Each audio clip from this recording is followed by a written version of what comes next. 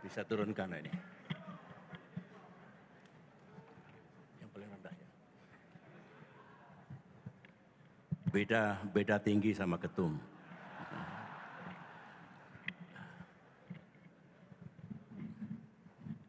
Bukan ini. Bukan panjangnya, turunnya gitu. Udah nggak bisa ya.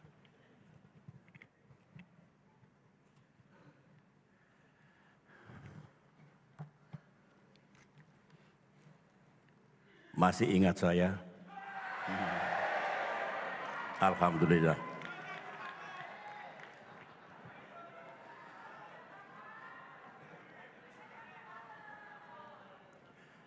Bismillahirrahmanirrahim.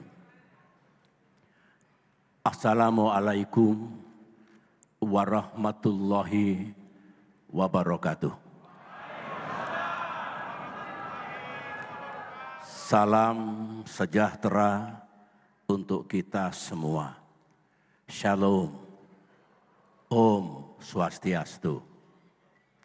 Namo Buddhaya. Salam kebajikan. Yang saya cintai, Ketua Umum Partai Demokrat beserta para pemimpin dan kader Demokrat di seluruh tanah air yang saya banggakan.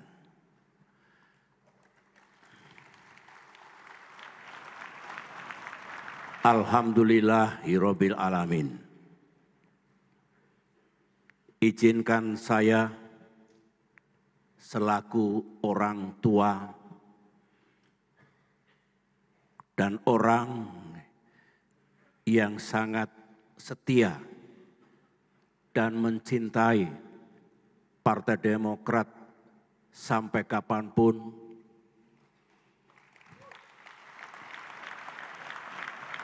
untuk menyampaikan perasaan, isi hati, dan pikiran-pikiran saya kepada saudara semua dan kader Demokrat dimanapun berada, agar perjuangan Partai Demokrat ke depan mendapatkan kekuatan,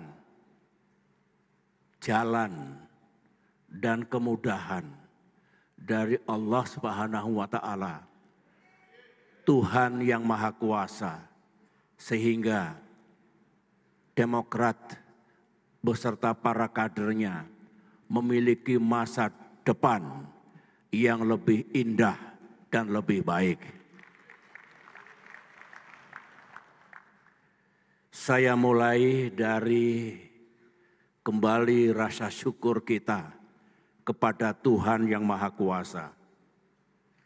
Karena hingga saat ini dan insya Allah selamanya, Partai Demokrat akan tetap tegak berdiri dan terus berbuat untuk negara dan untuk rakyat yang sama-sama kita cintai. Sama dengan Ketua Umum tadi, saya juga ingin mengucapkan terima kasih kepada seluruh kader Demokrat yang masih tetap setia, tetap teguh, dan terus berjuang untuk negara yang kita cintai, untuk partai yang kita banggakan. Meskipun tantangan sering sangat berat dalam mengarungi kehidupan partai kita yang juga sering mengalami pasang dan surut. Tadi Bung Agus Harimurti Yudhoyono, pimpinan partai kita, telah melakukan refleksi perjalanan Partai Demokrat. Saya setuju dan menggarisbawahi bahwa 10 tahun terakhir partai kita 2014-2024 adalah tahun-tahun yang sangat berat. Posisi Demokrat memang tidak mudah. Apalagi 5 tahun terakhir. Demokrat menghadapi ancaman yang benar-benar serius. Karena kalau kita kalah kemarin itu dan Tuhan tidak memberikan pertolongan kepada kita, kita semua tidak ada di ruangan ini.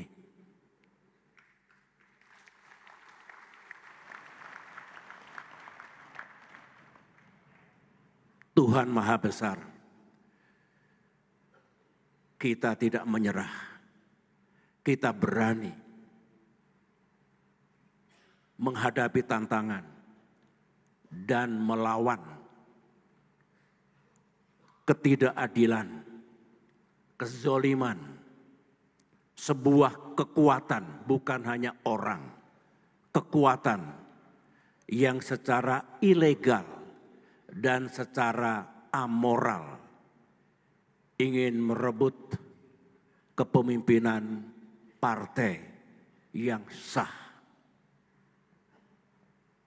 yang memiliki kedaulatan penuh untuk memimpin partai kita.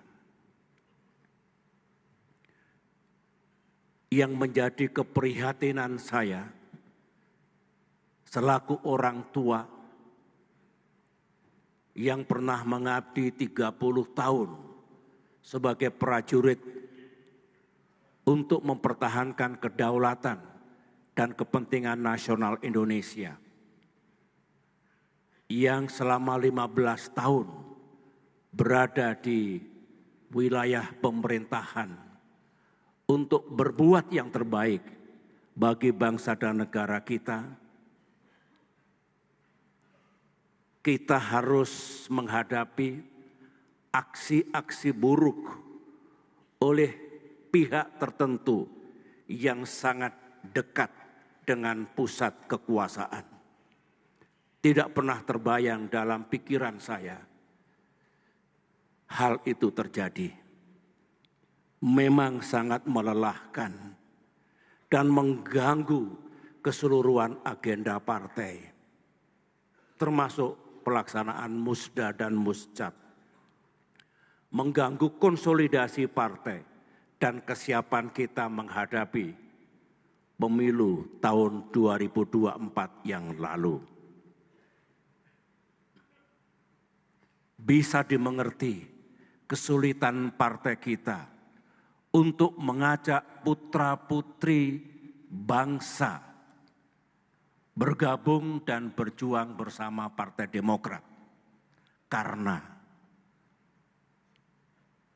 banyak yang takut, karena cemas kalau Demokrat justru tidak bisa mengikuti pemilu 2024 yang lalu karena status hukumnya yang masih berusaha untuk didongkel oleh pelaku-pelaku kejahatan politik itu hingga dekat dengan pelaksanaan pemilihan umum. Sungguh luar biasa, instrumen politik, instrumen hukum digunakan. Tetapi saya harus memberi pujian kepada Mahkamah Agung yang tetap menjadi pengawal tegaknya kebenaran dan keadilan.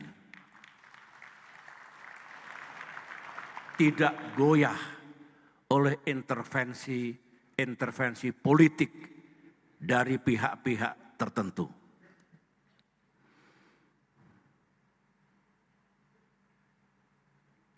Oleh karena itu, terkait dengan refleksi kesejarahan ini, sekali lagi, selaku penggagas dan pembentuk partai yang kita cintai ini, untuk mengucapkan terima kasih dan ucapan rasa bangga saya kepada para kader yang bersama-sama pemimpin partai berjuang tegar, teguh, dan berani melawan kezoliman dan ketidakadilan kepada Partai Demokrat yang kita cintai. Pesan saya ke depan, jangan pernah kita takut menghadapi siapapun. Jika kedaulatan partai kita hendak dirampas, jika kita harus menegakkan kebenaran dan keadilan di negeri ini. 10 tahun saya memimpin negeri ini dengan dukungan penuh Partai Demokrat, tidak pernah terlintas dalam pikiran saya, apalagi melakukan cawe-cawe dan intervensi buruk untuk merampas kedaulatan sebuah partai.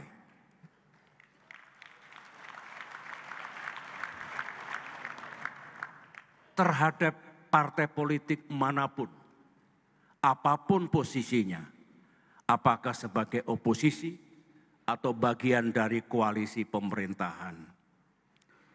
Ini adalah etika yang saya pahami.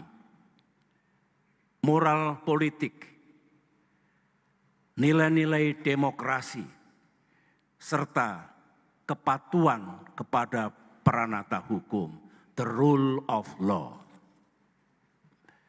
Ingat, godaan kepada para penguasa. Dalam dunia politik,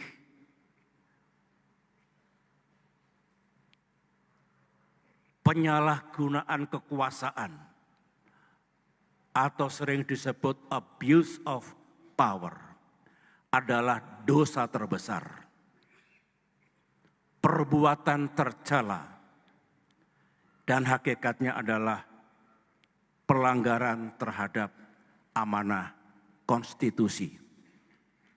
Jangan pernah ada kader Partai Demokrat yang melakukan dosa besar seperti ini. Para kader yang saya cintai, masa-masa berat dan hari-hari gelap karena mendung hitam menggantung dulu, kini telah berlalu.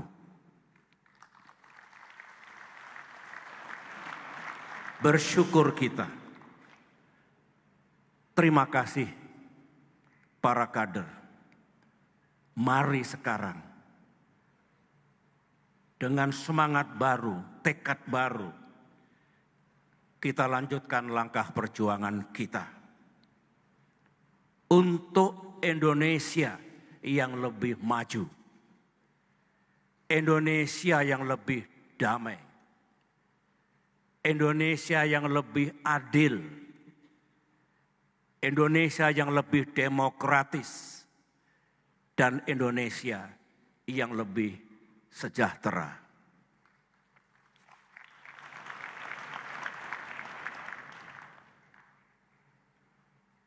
Juga perjuangan partai untuk berbuat yang terbaik bagi rakyat kita. secara internal perjuangan terbaik bagi Partai Demokrat yang kita cintai. Para kader sebagai kader partai politik nasional, pada kesempatan yang baik ini saya juga ingin berbagi dengan para kader sekalian untuk memahami perkembangan situasi dunia dan sekaligus situasi nasional Indonesia. Saudara harus paham perkembangan global terkini yang akan berimplikasi, berdampak pada perkembangan di tanah air kita.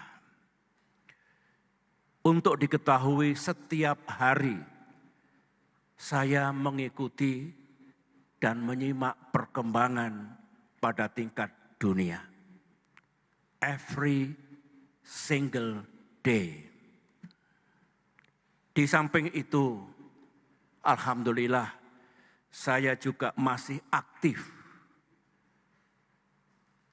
untuk bersama-sama dengan pemimpin dunia, mantan pemimpin dunia, di berbagai forum, di berbagai tempat, dengan tujuan agar dunia kita ke depan lebih baik. 3 tahun terakhir ini, karena banyak yang sudah bertahun-tahun tidak bertemu saya tidak bertemu dengan para kader. Sebagai laporan saya, di samping terus menjadi orang tua untuk partai ini, saya memang masih tetap aktif, masih tetap peduli, masih menyampaikan pikiran dan pandangan saya di berbagai forum. Di Berlin, Jerman Barat, ikut mendiskusikan bagaimana situasi dunia ketika terjadi perang di Ukraina dan ketika ekonomi global sedang mengalami goncangan. Di Riyadh, Saudi Arabia, saya diajak juga untuk bagaimana membangun ekonomi di Timur Tengah yang berkelanjutan, seraya menjaga kelestarian alam. Di Kuala Lumpur, kita berdiskusi bagaimana ASEAN tetap relevan dan berkontribusi bagi kawasan Asia, bahkan dunia. Di San Francisco, kita berbincang-bincang memastikan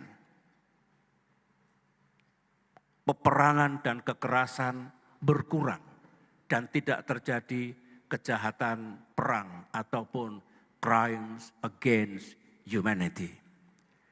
Di New York, saya diajak, alhamdulillah, untuk ikut memerangi malaria sedunia bersama Bill Gates dan lain-lain sahabat saya. Dan lebih jauh lagi meningkatkan the quality of life manusia sedunia. Minggu depan insya Allah saya akan berangkat ke Tokyo karena ada beberapa konferensi yang akan membahas perkembangan terakhir dunia yang menurut banyak pihak mencemaskan dan berbahaya. Dari apa yang saya sampaikan ini, dengan apa yang saya ikuti setiap hari, saya ingin menyampaikan ringkasan atau kesimpulan apa yang akan terjadi di dunia kita yang akan berimplikasi pada situasi di negara kita. Pertama, sebenarnya ada semangat dan tekad dari tokoh-tokoh dunia yang saya aktif di dalamnya untuk mencegah dan mengatasi peperangan di dunia. Mencegah dan mengatasi gejolak perekonomian global yang juga berdampak pada ekonomi kita. Mencegah dan mengatasi krisis lingkungan yang disebut dengan climate disaster. Juga upaya memerangi kemiskinan dan ketimpangan di seluruh dunia. Ini sebuah langkah positif. Ini good news. Tetapi tiba-tiba setahun terakhir ini terjadi pemburukan situasi dunia. Contoh, intensitas perang dan kekerasan makin meningkat di Timur Tengah, di Ukraina, di Afrika. Geopolitik makin memanas, yang setiap saat bisa menyulut terjadinya perang terbuka. Di Asia Timur, Asia Tenggara, di Eropa, di Timur Tengah sendiri, di Afrika. Nah, yang terakhir, 2-3 bulan terakhir, dengan terpilih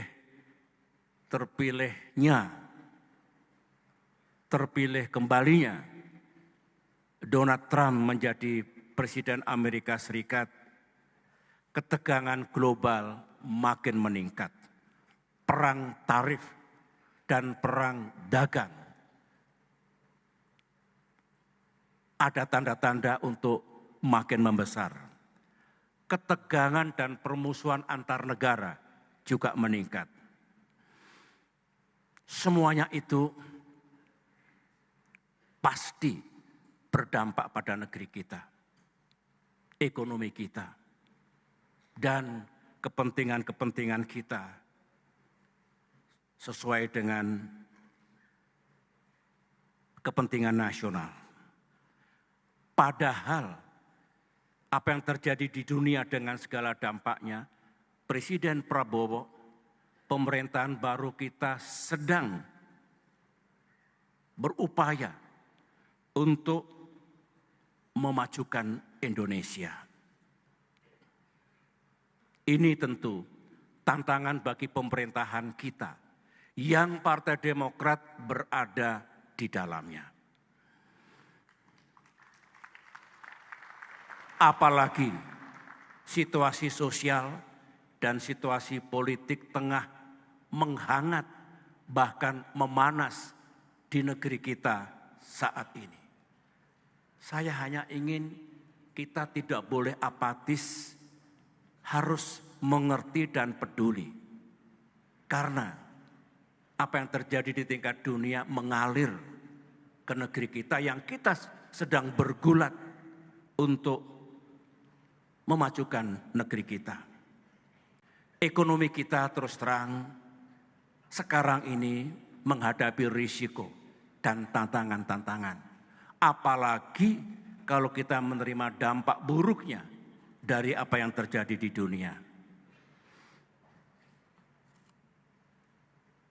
Ini bagian kedua yang ingin saya sampaikan. Karena banyak kader utama yang menjadi bagian dari kabinet Presiden Prabowo dan banyak kader utama yang menjadi pemimpin daerah dan juga yang ada di tingkat parlemen.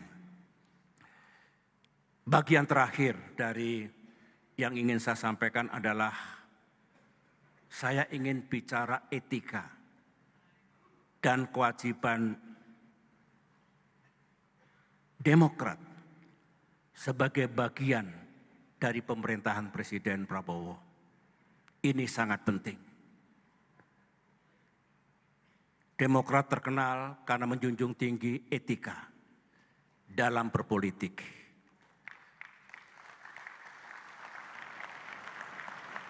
Saat ini Demokrat berada dalam pemerintahan Presiden Prabowo. ini domain pemerintahan.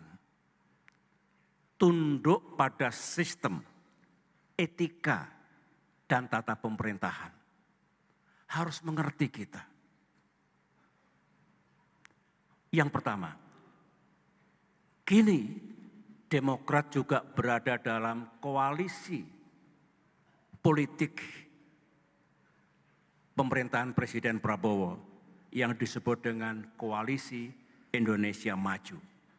Ini domainnya domain politik, rujukannya etika dan kelaziman ketika kita berkoalisi. Terkait dengan hal ini yang saya anggap sangat fundamental, karena rakyat ingin melihat seperti apa Demokrat menempatkan diri ketika berada dalam pemerintahan dan dalam koalisi pemerintahan Presiden Prabowo. Yang saya sampaikan ini adalah pikiran saya yang ternyata klop dengan pikiran Ketua Umum AHY dan para petinggi partai yang sering kita diskusikan. Dalam kaitan pemerintahan Presiden Prabowo, Demokrat harus sungguh-sungguh dan all out untuk menyukseskan pemerintahan Presiden Prabowo. Seperti tagline Kongres ini. Wajib, ini etika. Tentu sesuai dengan visi, prioritas dan agenda yang telah ditetapkan oleh Presiden kita. Sebagai bentuk loyalitas dan dukungan penuh Partai Demokrat, kita harus mengawal pemerintahan Presiden Prabowo untuk memastikan upaya peningkatan kesejahteraan rakyat yang pemerintah inginkan dan memajukan Indonesia yang juga pemerintah tuju itu betul-betul sukses. Yang semua upaya pemerintah itu tentu sesuai dengan konstitusi, sistem ketatanegaraan, dan sistem pemerintahan yang berlaku, serta menjalankan prinsip-prinsip good governance.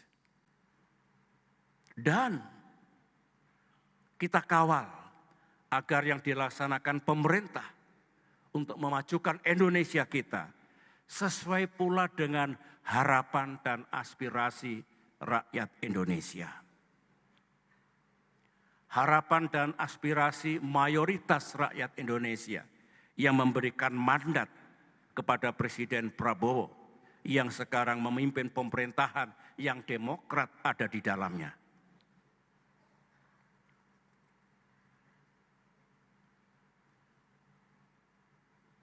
Masih dalam kaitan keberadaan Demokrat dalam pemerintahan Presiden Prabowo.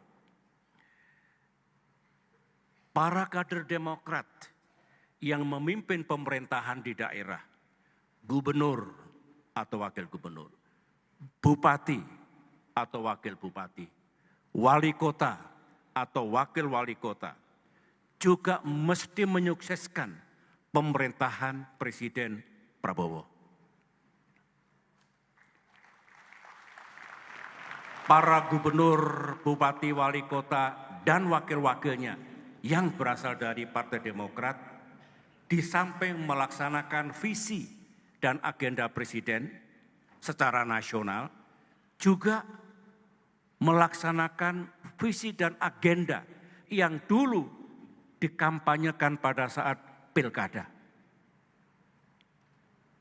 Itu juga etika, karena saudara-saudara, para gubernur, bupati, wali kota telah berikrar, berjanji untuk memajukan provinsi, kabupaten, atau kotanya masing-masing. Dan atas dasar itu terpilih menjadi pemimpin-pemimpin daerah. Saya yakin tidak akan ada tabrakan antara visi agenda Presiden Prabowo dengan visi dan agenda para gubernur, bupati, dan wali kota. pasti akan saling melengkapi. Sulit memajukan kesejahteraan, menjaga keadilan, menegakkan demokrasi, membangun ekonomi, mesti tujuannya itu sama, lingkupnya yang berbeda.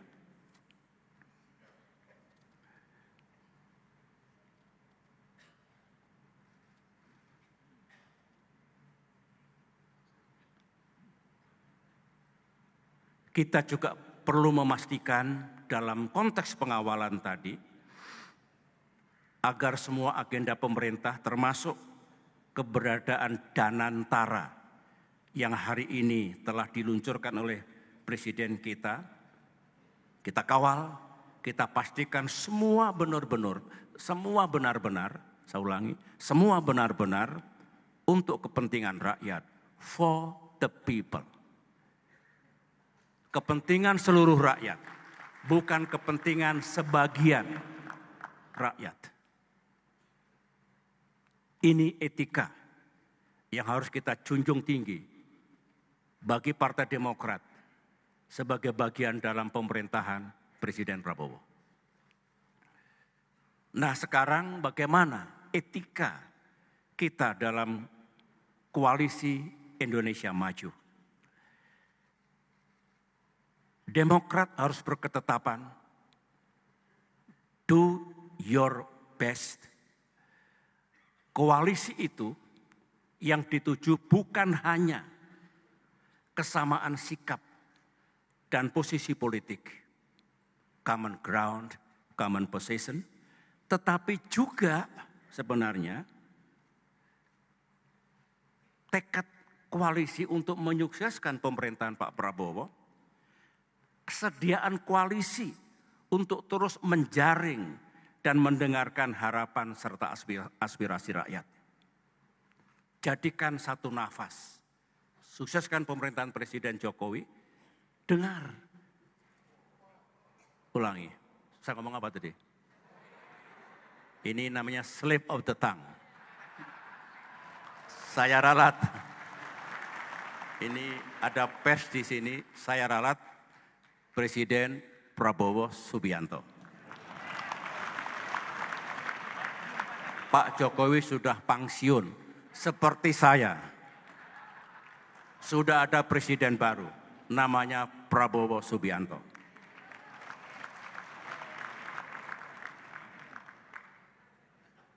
Khusus kader Partai Demokrat yang mengemban tugas di lembaga legislatif, di parlemen, utamanya di DPR RI.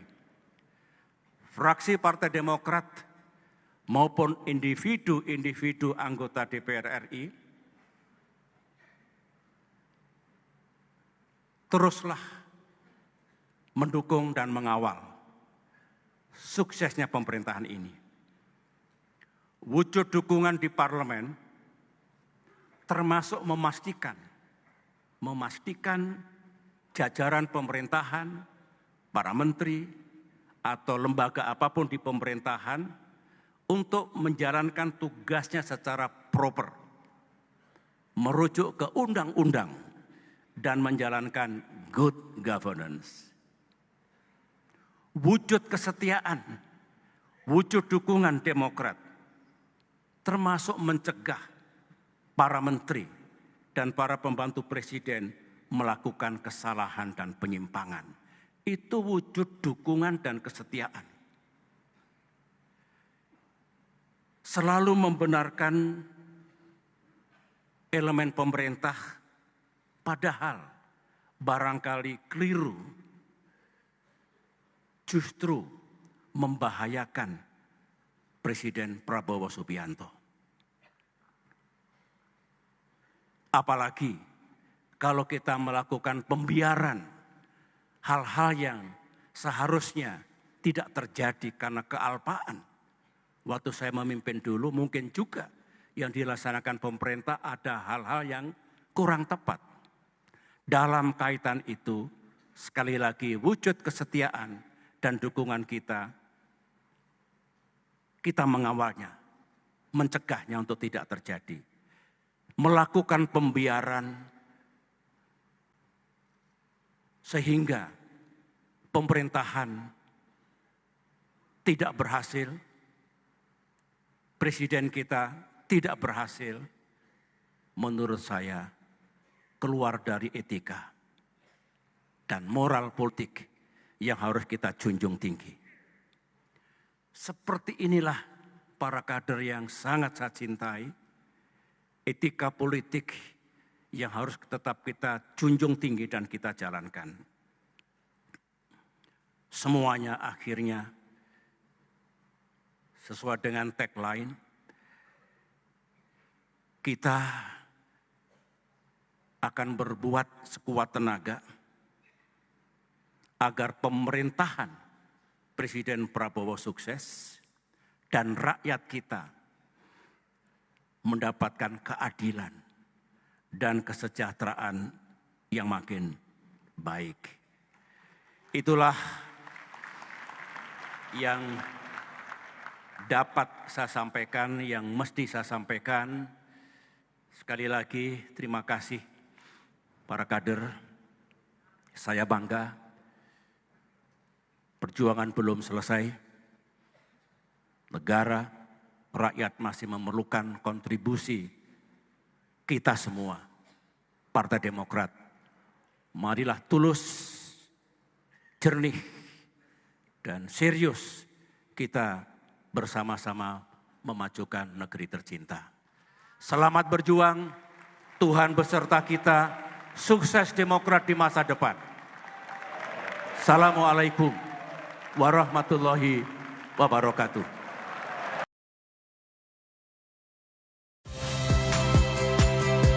Saya Friska Clarissa. Saksikan program-program Kompas TV melalui siaran digital, pay TV, dan media streaming lainnya. Kompas TV, independen, terpercaya.